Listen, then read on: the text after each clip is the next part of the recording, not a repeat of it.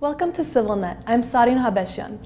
Our guest today is Rafael Oganesyan, the founder of the Armenian Election Study, or ARMES. And he's also an instructor at the University of Las Vegas. Rafael is working on the first scholarly-driven analysis of the Armenian voter. Starting in 2017, ARMES sampled over 1,000 households about their economic perceptions, political preferences, and more. ARMES is the only survey that has a record of citizens' political behaviors prior to the Velvet Revolution. Thank you for being with us today, Rafael. Well, thank you for having me, sorry. Of course. Why is voting behavior important to understand? What does it tell us? So the reason voting behavior is important, on one hand, it can retrospectively trace the behavior of our citizens when they participate in the most formal manner, that is, voting. Prospectively, it's important because voter behavior analysts, we can actually predict how voters will vote before the election is over. So what's called voter forecasting models. So on one hand, we can look back and assess whether voters hold their officials accountable or not. On the other hand, we can prospectively or proactively forecast elections even before they are over.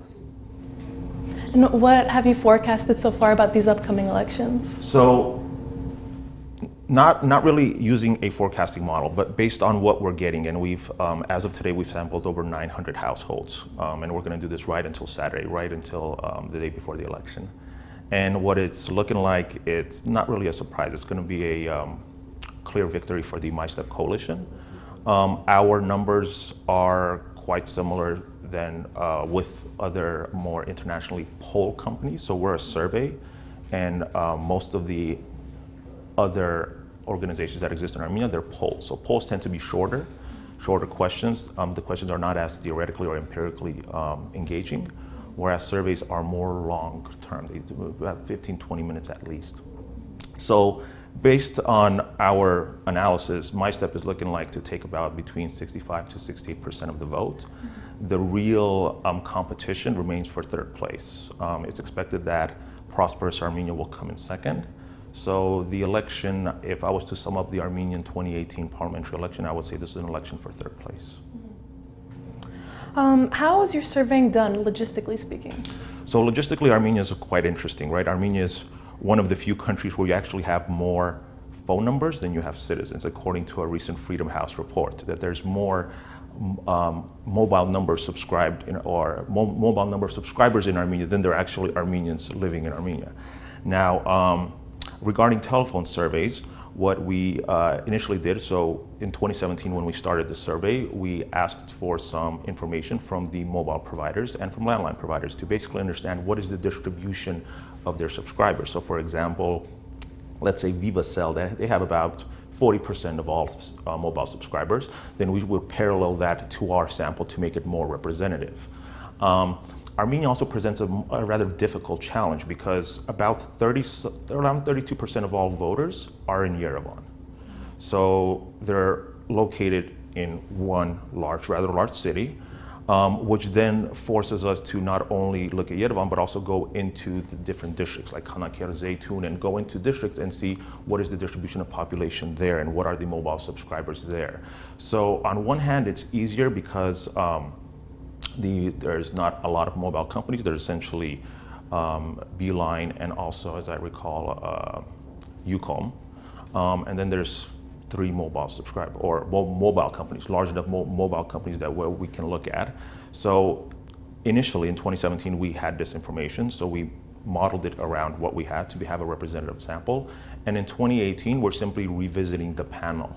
The goal here in 2018 is that to revisit the 1,062 households that we sampled and try to get a high enough number of a successful revisit, because obviously phone numbers change, people's lives change, so there's no guarantee that we will revisit successfully each of the 1,062 households.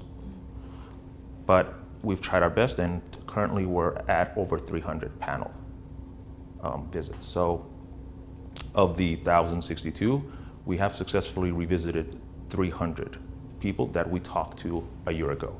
And that's very important because we are able to gauge the change in people's political behavior and their perception of the economy and to see. So for example, an interesting question is, there's clear support for Pashinyan and the My Step Alliance. Well, where is the support coming from?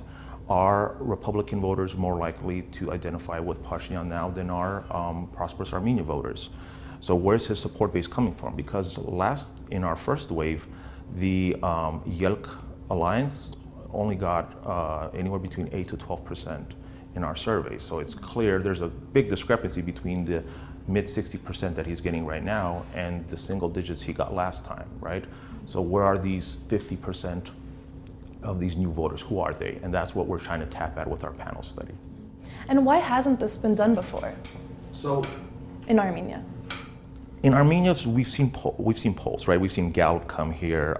We've seen various other sociological organizations conduct surveys, most famously the Cox's Barometer. What distinguishes the Armenian Election Study is this is an election study. It's a survey that is centered around the election, right? We do not ask questions that have nothing to do with the election.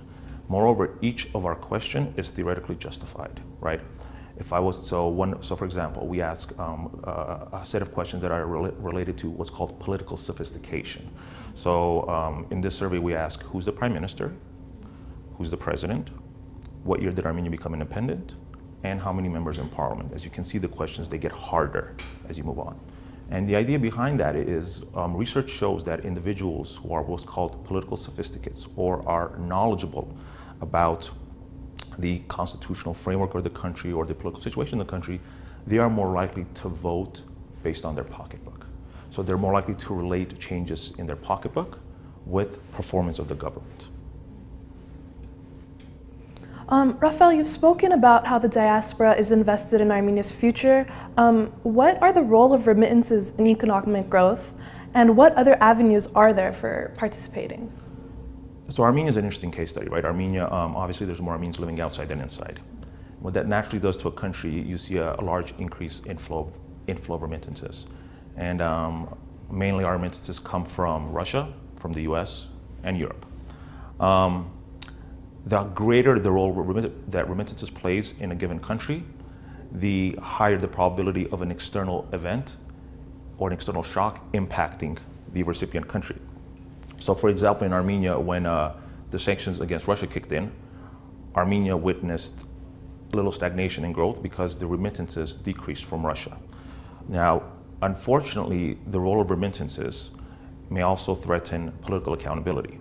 Those that receive remittances are less likely to hold their officials accountable. And Armenia, maybe one can ask, well, if one supports this popular uprising, one can ask, well, what took so long, right?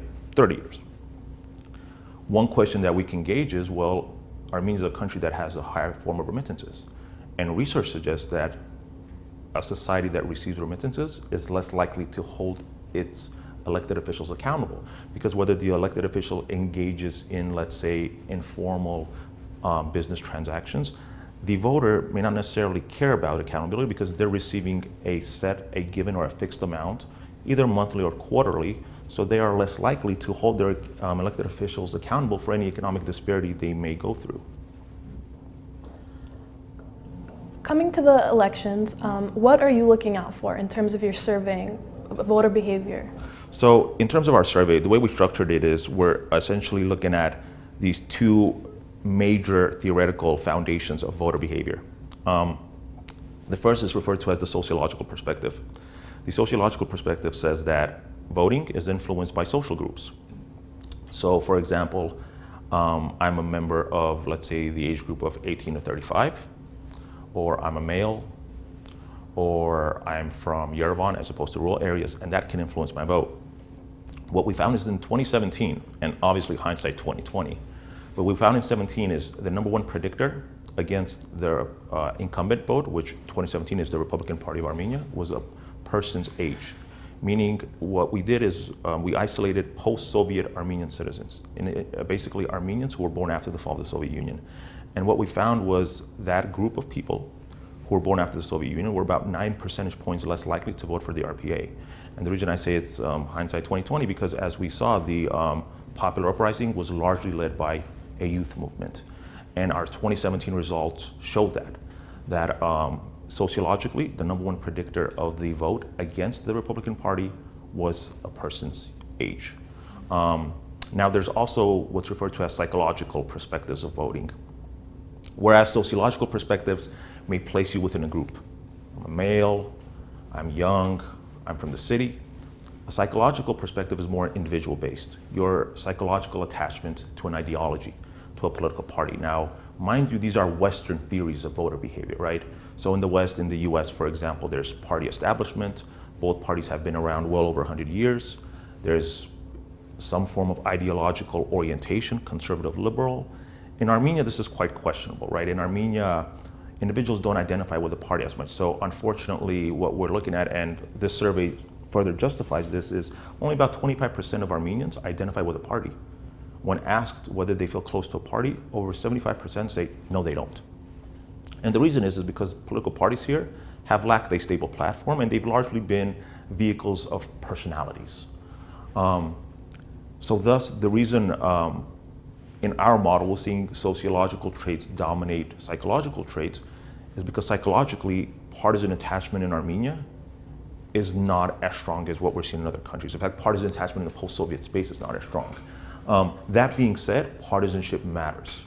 If you're psychologically attaching yourself to one party or another, despite the fact that you're doing this out of personality reasons, maybe you like the leader of the party, he's charismatic or she's charismatic, maybe you like their policy, but if you're attaching yourself to that party, you're more likely to vote for that party.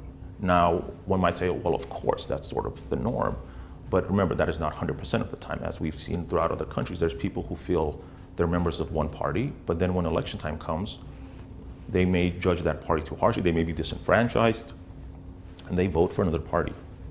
So in Armenia, the reason this is important in Armenia, these two theories, is because in Armenia we're sort of seeing this, the birth of these two approaches. Armenia is part of the post-Soviet space. The post-Soviet space is the most infant region with regard to voter behavior. Remember, these are countries that 30 years ago were under a one-party state. So whereas parts of Africa or even Latin America are rather new democracies, this post-Soviet region is a newer playing field. Parties have only existed for several years, and not discounting some parties that have existed prior to Armenia's second or recent republic. Best example is this coming election. So we have alliances that have been just formed. We have parties that have just been formed that did not even exist in the previous election. So thus tracing how partisanship develops in Armenia is essentially sort of a laboratory of political behavior. Well, thank you, Rafael. Thank you for being here with us and for sharing your expertise. Thanks for watching CivilNet. I'm Sareen Habeshian. See you next time.